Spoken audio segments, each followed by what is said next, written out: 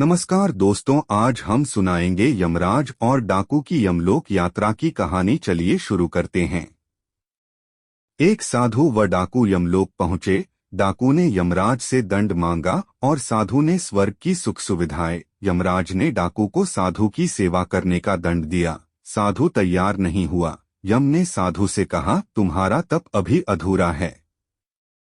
मृत्यु के बाद एक साधु और एक डाकू साथ साथ यमराज के दरबार में पहुंचे। यमराज ने अपने बही खातों में देखा और दोनों से कहा, यदि तुम दोनों अपने बारे में कुछ कहना चाहते हो तो कह सकते हो। डाकू अत्यंत विनम्र शब्दों में बोला, महाराज, मैंने जीवन भर पाप कर्म किए हैं।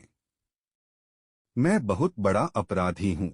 आप जो दंड मेरे लिए तय करेंगे मुझे स्वीकार होगा। डाकू के चुप होते ही साधु बोला, महाराज, मैंने आजीवन तपस्या और भक्ति की है।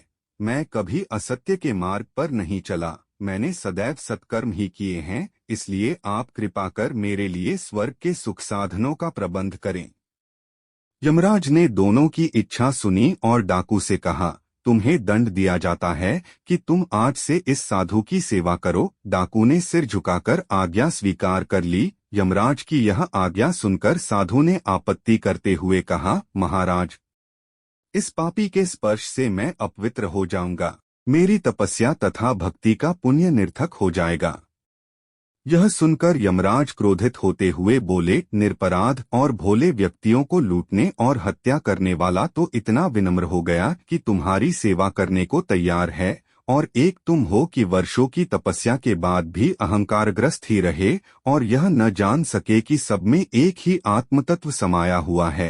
तुम्हारी तपस्या अधूरी है।